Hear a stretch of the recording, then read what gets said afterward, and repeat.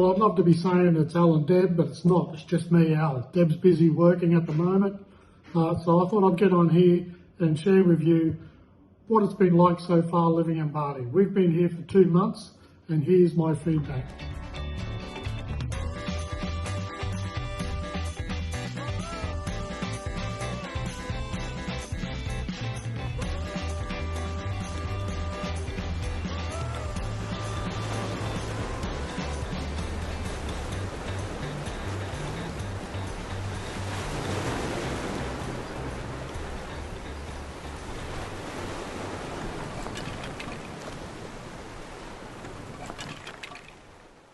Now, before I start, I've just got to make it clear, Deb and I have been to Bali many, many times. And some of those times we've stayed here up to 2 months. So I thought I had a good grasp of what Bali was like. Is it true? Yes and no. Yes, I had a good understanding of the culture. Well, a basic understanding of the culture. There's still a lot I don't know about it. But I've got a feeling about the Bali way of life, and I do have a good understanding of the traffic in Bali and how to get aware in Bali dealing with those traffic issues. That was a good thing. So I've got that out of the way. I can only imagine what it'll be like coming to Bali for the first time and seeing what the traffic's like. It's absolutely chaotic. Now that I'm living in Bali instead of staying here for a long period, it's released a different type of beast. And the real Bali is a lot different than staying here for a month or two. Now, Bali is like coffee. You either love it or you hate it. I love coffee, but I've had to give it up. It's not good for you. I was having too much sugar, gave that crap up. But Bali, I'm not prepared to give up. I actually love Bali that much that at this stage, I'm happy staying here as long as I can. Now, I've said it many a times, it's the people in Bali. It's just the genuine kindness. I can go down the street, I can smile to people in the street, I can ride past on a motorbike and smile to people. They all smile back, and there's no artificial smiles about it. It's all genuine. The people are just so easygoing and so relaxed. And I can only just imagine back in Australia, if I'm walking down the street and I smile at people, even pulling up next to someone in a car and giving them a nod and saying g'day. People in Australia look at you and go, "What are you looking at, you dickhead?" But it's not like that here. There's no attitudes, no walls. People are generally chilled, and it's really relaxing. Now, the best way to get around Bali is motorbike.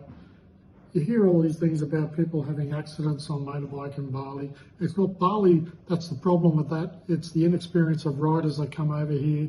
Car isn't really the best option. If you're a tourist coming to Bali, you can hire a car, you can get Gojek, which will take you from one place to another. But if you're living in Bali, you have to really have a motorbike. I'm paying $5 a day, I think it is, for a motorbike. I've been told that's a really good price. The reason I got that price is because I've told the dealership that I'm staying here long term, so I've wrangled a deal with them to get $5 a day. I think it's a good deal. Someone else might say it's not, but I'm happy with what I'm paying. Now, a tank of fuel on a motorbike costs me $7, and that would last 7 days, 10 days maybe. Depends on how much riding I do. It's really cheap. Now, riding around Bali isn't what you're used to doing in your own country. It can be quite crazy riding around Bali, especially when you're not used to their road systems. Now, but once you learn how they ride in Bali, it works. Everything works, and I don't have a problem riding around Bali. My first couple of days, even though I've done it before, but my first couple of days coming back this time, I was a bit edgy, taking it a bit easy. You never get above 40 kilometres an hour. That's going fast in Bali. It's just being wary of what's around you, taking your time, taking it easy, going around corners. The only thing you really have to watch out for are the young riders. Some of them think like they're racing in Mario Kart. They're straight past you. Or the crazy Australians with no shirts on and no helmets thinking they're bulletproof. But other than that, it's easy to get used to riding a bike around Bali. My impressions of the first 2 months of living in Bali. Of course, mine are going to be different to Deb's. Deb's working 5 days a week. I'm not. So we're going to have different viewpoints on this, but I'm going to give you mine anyways. I feel free in Bali. I feel like there's less social pressures in Bali than there are in where I'm from, Australia. And I feel that there's less judgment. People don't judge you at all in Bali. People are just happy getting on with their lives and avoiding conflict. I feel, and after 2 months of living here, I'm feeling more free. It's a funny feeling. I'm feeling like I feel like I'm actually getting to enjoy a real life, experiencing a real life. Now, as a tourist, you come here and what you see is chaos. You see lots of mess. You hear a lot of noise. Yes, that is part of Bali. But beneath that, everything is so calm in Bali. Everything is so easy and relaxed. And when you get to unwind, and you've probably done this on holidays, the first week is all crazy and that, but the second part of your holidays, you learn to calm down in Bali and just relax like the locals are relaxed. It is like that when you're living here. And to me, I'm actually feeling like I'm living life in a better way. I feel like I'm actually enjoying life more. Come to this shop here at Sanur Night Markets. What's the shop called? Oh, thank you. What's it called? My name? No, Oh, no, it's Roppongi. Rapongi, Yeah, that's it. special bread and Roppongi. Yeah, beautiful sweets, worth coming to. Thank you. There you go, another ad for you. Oh, thank you. Would you like to you too? Yes. So, as I said, Deb and I have been here many times. We've got to travel all over Bali, and we knew where we wanted to live. Even though Deb's working over near Kuta, we've chosen to live in Sanur, and there's specific reasons for that, and it's quite simple. It's quieter. It's a lot more relaxed than over in Kuta, Seminyak, Legian, Canggu. Crazy, unbelievable. Now in Sanur, it's a lot more relaxed, and it's more of a retirement village. You hear a lot of people say that this is where all the old people come. It is true. So Deb and I picked Sanur to live in. There's a reason for that, and it ticks all our boxes. Basically, it's mellow compared to over on the west coast. Sanur is only 30 minutes to an hour, depending on traffic, away from Kuta. But it is more like a retirement village. The good things about Sanur are the beach. There's no waves. You can go sit on a restaurant on the beach and just chill and relax and then just enjoy the view. And it's really mellow. There's no heavy waves. There's no great action going on. It's just, there's a lot less tourists in Sanur. I admit that tourist season, you get a lot of tourists in Sanur, but an off-season, you don't see as many tourists. And when the tourists are here, they're basically staying near the beach, where we've chosen not to live near the beach. We've moved away from the beach, where it's a lot quieter. There's a lot less tourists here, and a lot less younger tourists here. Not against young tourists, it's just that being a lot less young tourists here, that means there's less nightclubs and there's less partying, less craziness going on. And that makes it a good spot. And in saying that, there's an expat community here of people seeking that same sort of environment where everyone here is close to or retired, and there's a lot of expat groups where they get together in restaurants and they have drinks together all the time, and it has that great expat feel. So when we started looking for villas, we had some stipulations. We wanted single story, no mould. Mould's a big problem in Bali. It's very humid, very wet. You can't avoid it, but the less the better. We wanted a pool and air conditioning. Oh, and no roosters. We don't want roosters cock-a-doodle-doodling all night long.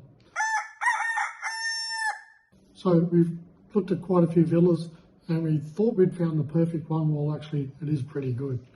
But when we came here, it was nice and tranquil. There's a rice paddy down the road. There was a few dogs when we pulled up. They were barking at us, but that's not a bad thing because they're telling our owners that there's strangers about.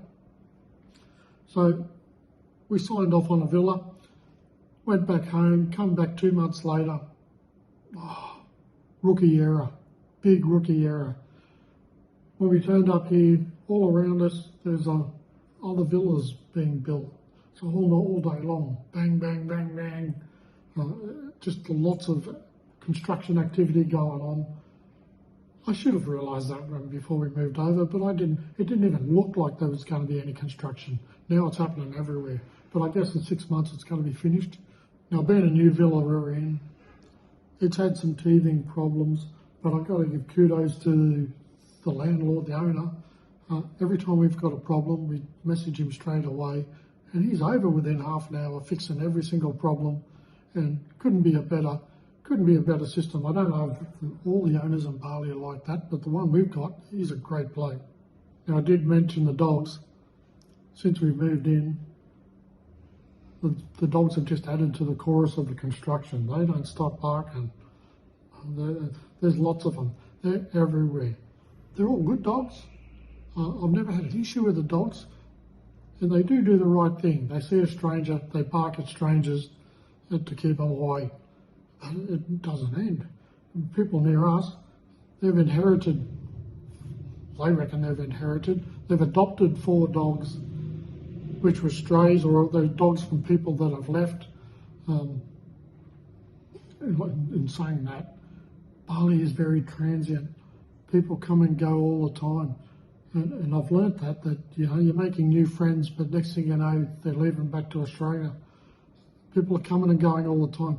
And so the local people, I've found out that just from talking to them, that they don't act as though you are going to be here for long. And I guess that's right. I guess people don't come forever. So it's very transient. People are always coming and going. The locals know you're going to be coming and going. So to them, I suppose there's no point making good friends of you because you're not going to be staying. Now, the people near me have adopted 4 dogs. They were saying they were dogs from people that have left and they've taken them on, so they're not left as strays. There's a 5th dog that they've taken on, which they were telling me about. They're trying to get me to adopt the dog, but it's no point because if I'm leaving, that means it's going to become a stray again. But I do have a weak heart, and I've sort of half adopted the dog, not letting it fully settle in. Now, this dog, I think it might have been abused when it was younger because it's very shy, very timid, won't let you pet it. A very mellow dog, not like the Balinese, really mellow. He comes and sleeps in my driveway every day. As soon as the gate's open, he'll come up and sleep in. I'll give him a little bit of a feed here and there. I don't have to. He gets feeds from everybody, and that's the thing in Bali. They all look after the dogs, strays or not. They'll look after the animals. His name's Shyla because he's shy. That's what I've named him. Living in Bali means you've got to embrace the Bali system. I knew that, but I did struggle with it where I came over with my Western ways. I would go down the shop thinking I was going to get all these groceries, get a week's worth of groceries. It's just not going to happen. I go to the shop. I can get 2 grocery bags full of groceries. One will go under my motorbike seat, one will go on the handlebars, and that's all I can carry each time I go to the shop. So I've got a plan. Each day I've got to plan a trip to the shop and what I actually do need. Then I've also got to predict, is it going to rain and I'm going to get to the shops in time before it rains, before I come back. It's just different. If I wanted something at home, I get in my car and go get it. It became very difficult when you can only carry a certain amount of things. But I've since discovered different ways of doing things in Bali, which are becoming very helpful.